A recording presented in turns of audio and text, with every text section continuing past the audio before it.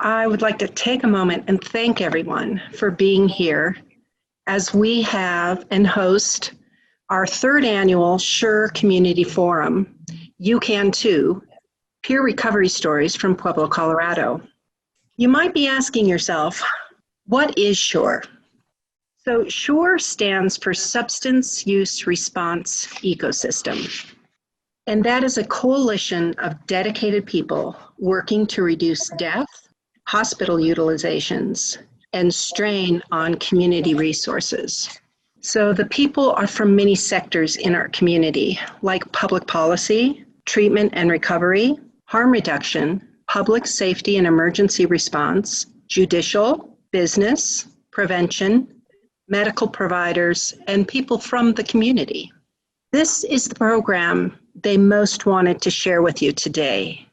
So there is one more important thing I'd like you to know, and that is that the content of our program could be considered sensitive in nature. It covers the social and cultural elements associated with complex issues of substance abuse. It's not intended to offend, but rather to inform. So please use discretion before viewing, and parental discretion is advised. We are so lucky to have with us today three amazing people who have had lives of joy and sorrow, hardship and grace, and they have come to share with each of you their recovery story. So we were hoping that you will find a spark of hope for your own life or the life of someone that you love. I'd like to introduce to you our first speaker, Mr. Jeffrey Riley, and I'd like to thank you so much for being with us today. We are really eager to hear your story. Thank you. Thank you very much for this opportunity. Good morning, and thank you for having me again. My name is Jeff Riley, and I am an individual living in long-term recovery. All right, so as Barbara said, very grateful to be here to share my story and to share some experiences that I've been through in my life. Again, I'm an individual living in long-term recovery and also in recovery from mental wellness as well. And thank you to everyone down there at the Department of Health in Pueblo. Greatly appreciative to be a part of this event today. My story starts about 25 years ago as a young child coming from rural Colorado in northeastern Colorado, where I was raised with mom, dad, perfect family. Out there, we church every Sunday, front row, piano side. So grandma could always look down on us, make sure us kids were being good. My story starts off with a very positive upbringing. My mother and father finally ended up having a divorce, and throughout that, I actually started to deal with at a very young age some mental health matters and issues. From a very young age, I had some opportunities to spend time with my mom and then also be sent out to spend time with my father. Between those 2 points, my dad, sadly enough now, he has passed away, but he did have addiction and mental health untreated. And so when I would go spend time with my father, I was raised around a lot of alcoholism and drug use from a very young age. And when you're a kid, you just want to be friends with your parents and you want to love them and they protect you. And sadly enough, in my situation, I was more or less taking care of my father. As time went on into my teenage years, I was back and forth between mom and dad's. I had a lot of juvenile mental health stabilization periods where I was brought into different locked adolescent units as a kid. While those events were starting to shape what my older teenage years were going to start looking like, I remember where I had to go down to Pueblo, stay at the state mental health hospital for a pretty traumatic event that happened in my teenage years. When I came back from that, I started drinking pretty heavily, and that was about the age of 14. around that time, it wasn't just having one drink or just sneaking it out of the liquor cabinet. It was having a lot of drinks and ending up in the emergency room. Started smoking pot, and at that time, things started getting a lot worse. We had an opportunity where I would go out and stay with my family in our small farm town that I grew up in. And there the family tried their best to keep me controlled, but there was a lot of mental health. I was going to doctors every other month, getting prescribed psychiatric medications for ADHD, bipolar. Multiple different labels were placed on me. Had a couple traumatic events. I'm a survivor now of sexual abuse from a young age, and those were all swept under the rug in my younger years. I remember reaching out and hoping that my mother would be able to find someone to work with me and help me process through that trauma. And sadly enough, the only thing that was working at the time was alcohol. False hope. It wasn't really working. It was just making things worse. Started going down the path of just getting into relationship after relationship after relationship, a lot of codependency issues that were not being dealt with. And at the age of 16, I remember trying cocaine, alcohol, and marijuana for the first time on the cocaine, but the marijuana and alcohol using again. And that's where the real addictive personality started coming out. The untreated trauma, along with the substance abuse, was getting me deeper and deeper down a hole that I just could not get out of on my own. As we started to see that, I got married at a very young age, so I could get out of the house and move on to go live with my wife at that point. I was starting to go deeper down a hole that I was not able to get myself out of without treatment.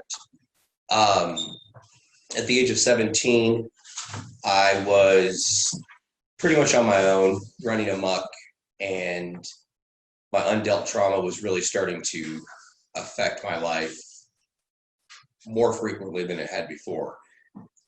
I remember at 18, I got my first criminal charge. And at that point, I was now involved with the criminal justice system with untreated mental health, untreated trauma, and addiction. I had felt as though I lived above the law and that nobody was ever going to be able to catch me and that I could do whatever I wanted to do.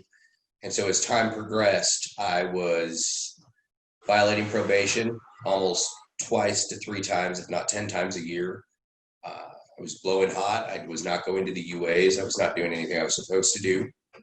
From 18, I went on to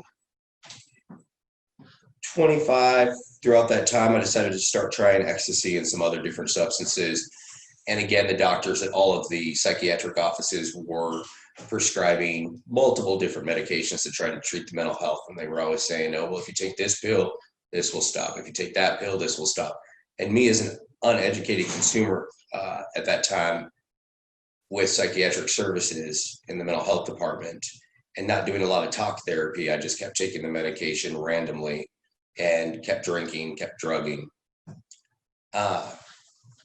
Around 24, 23, the courts decided that probation wasn't working out very well, so I might as well go out and be placed into a community corrections setting, halfway house. I went there, and at the time I was also still in a very unhealthy codependent relationship that was causing new trauma in my later years of life. And got a call one day that our father had ended up at St. Luke Presbyterian Hospital in Denver. He overdosed in a park behind a dumpster from heroin. And so I was the next of kin and in a halfway house at the same time. So I was in charge of going to make decisions on my dad's behalf. And 3 days prior to that, Dad was in Denver Health on a psychiatric hold. So we ended up having to take Dad after 7 horrible days of trying to see if he could breathe on his own off of life support. And that is where the real spiral of my 20s started. I was abusing Adderall, I was abusing cocaine, alcohol, and I was now a fleeing fugitive um, after escaping from the halfway house. And we all signed a deal saying when we went in, if we left, that we would do 6 years in DOC, and that's a direct sentence to prison. I was on the run for about a year in my unhealthy relationship, doing pharmaceutical drugs, doing alcohol, and illicit drugs. Cooped up in an apartment almost every day, hiding out from the police and the sheriffs that were looking.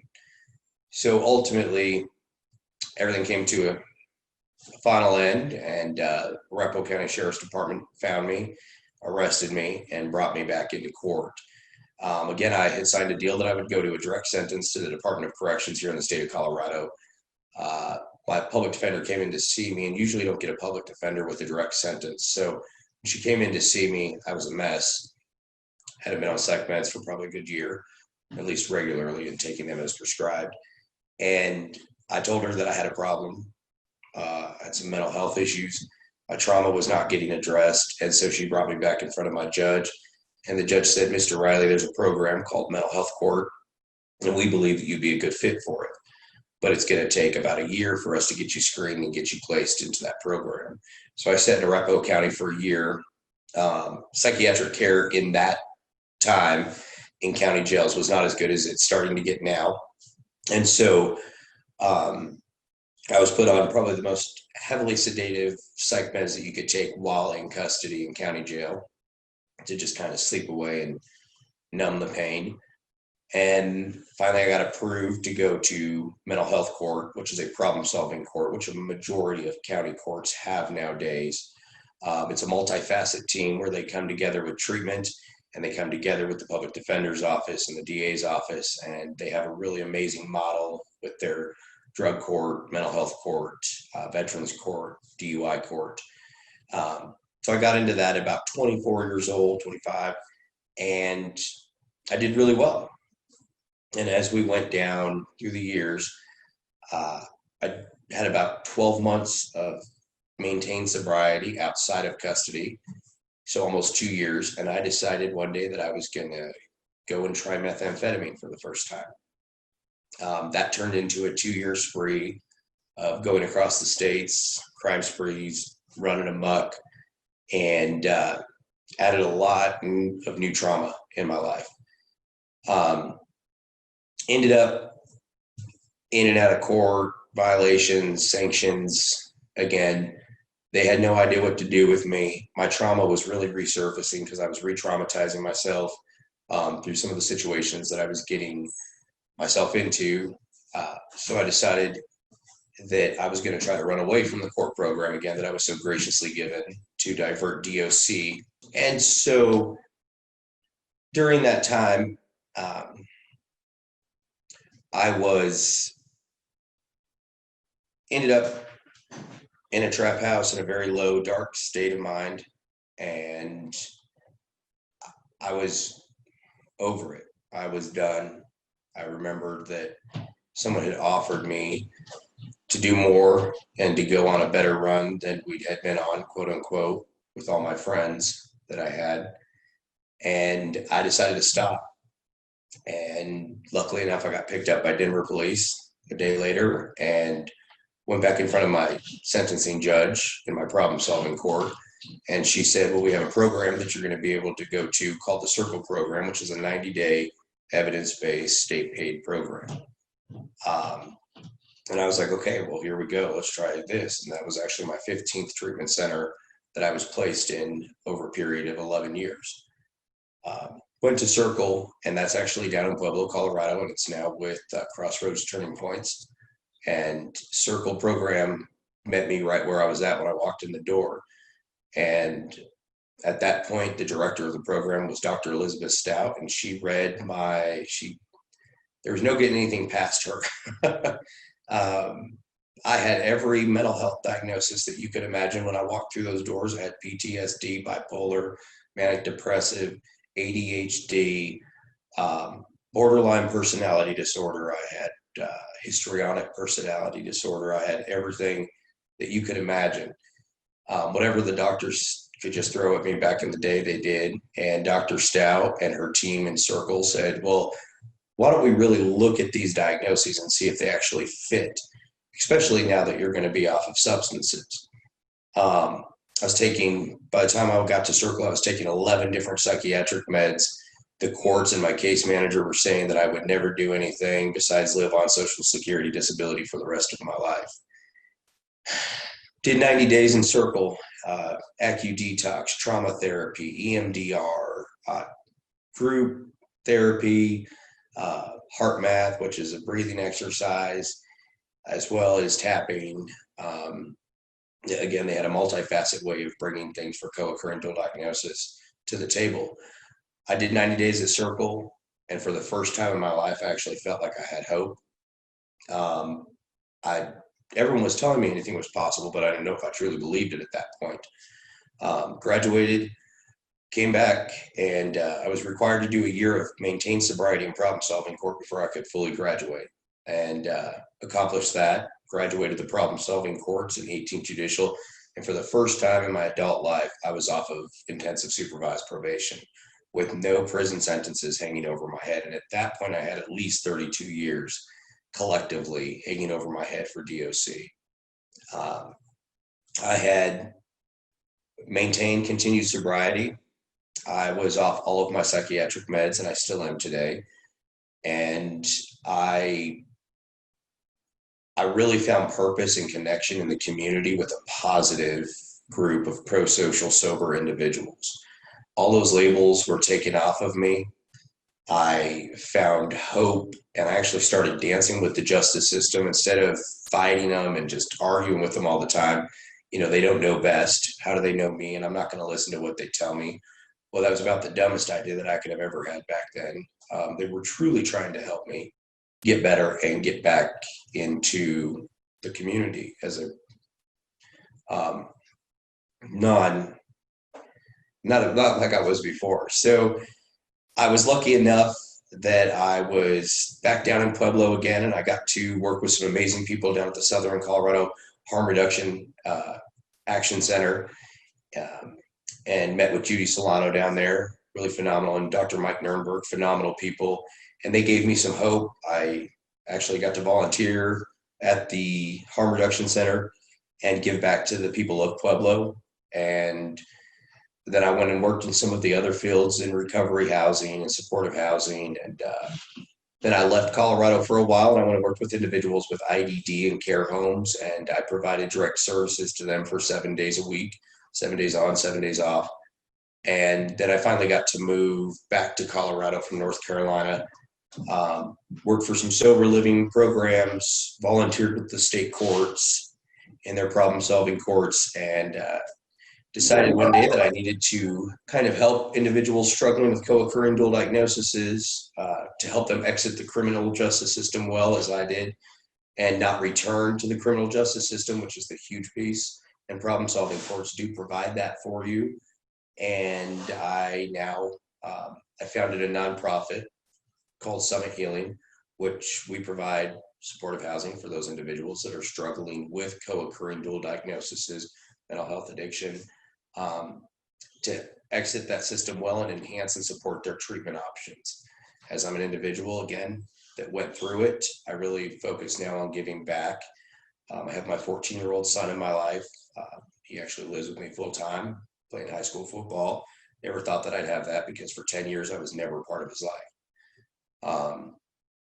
You know, I lost a lot. Time doesn't stop for anyone else. You know, I got the restart button on my life, and I'm lucky that I've done something with this opportunity to give back. And with all of our participants in my program, I always like to tell them that anything's possible. I'm lucky enough that we've got to take our guys to Florida and on vacations, rafting, and work with some people, and seeing people hit a year in continued sobriety. And I'm just really honored that I can do the work that I'm able to do today by surviving what I was going through from my past. So again, thank you to everyone down there at the Pueblo Department of Health. And hopefully people have gotten something out of this message, that anything is possible and it's never too late to heal. I continue to work on myself today.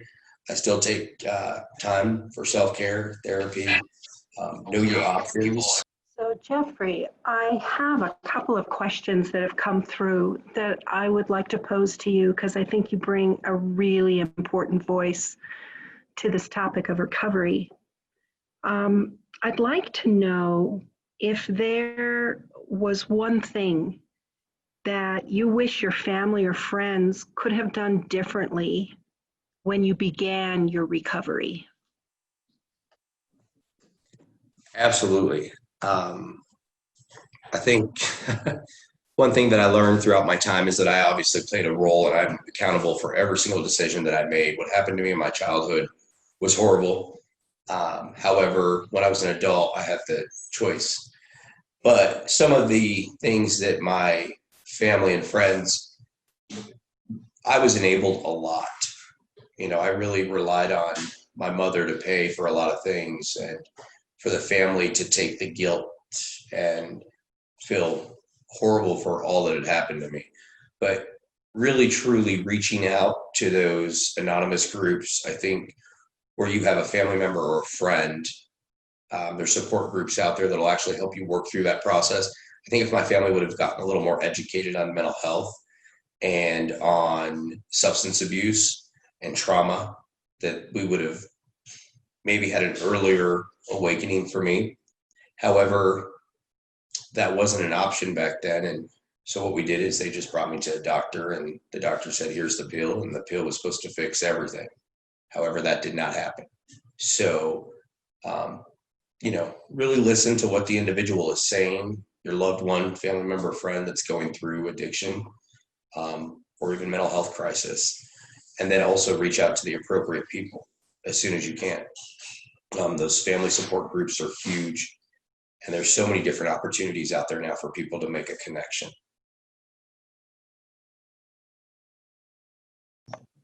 That makes a lot of good sense. A second question. So, do you believe for yourself and others that you now guide through their own recovery, do you think relapses are inevitable?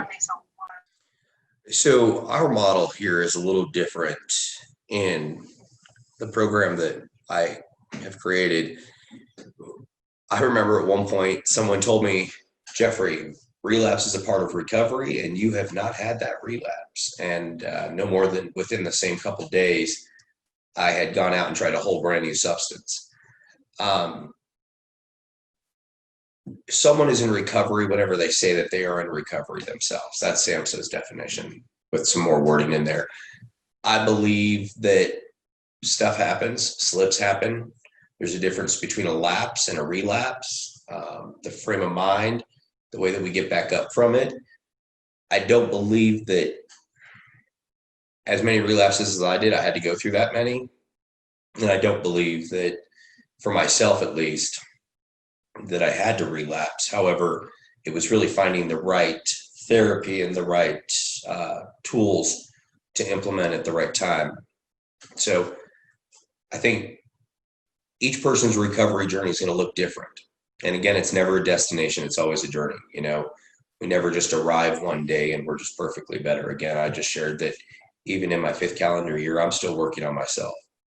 Now that I'm a father of a 14-year-old full-time, high schooler, I'm definitely working on myself more now than I ever have. So, If I may, Jeffrey, ask just one more question.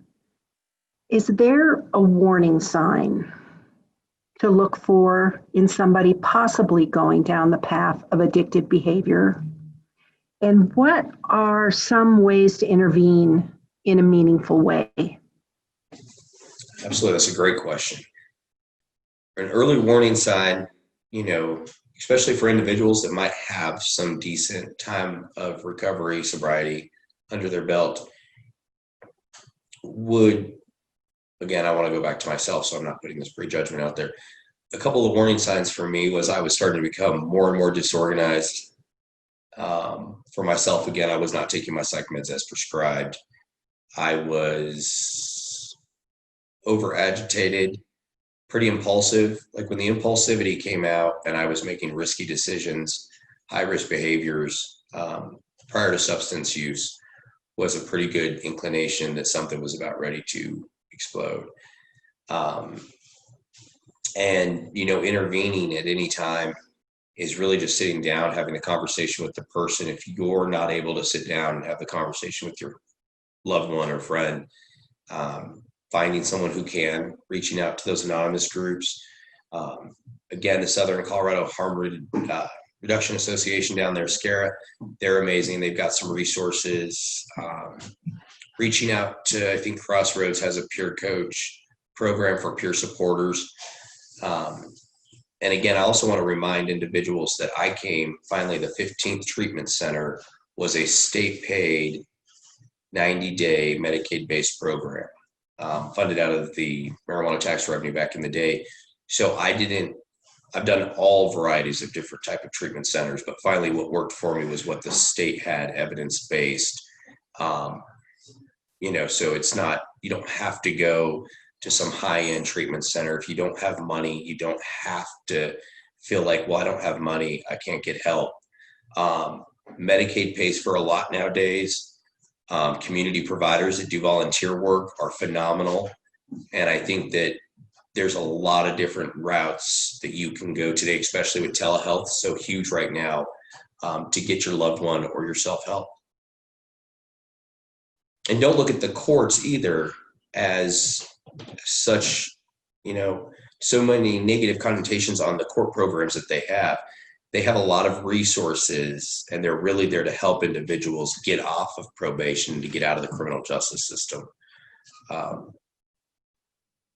you so much. This was such a valuable insight in both what use can look like, but more importantly, what recovery has been, and how you use your life each day now to impact others in a very positive and healing way. And you've really kicked us off in a grand style, Mr. Riley. Thank you so very much. Thank you guys. So we are going to segue to our second speaker, and it will take us just a moment. Please bear with us.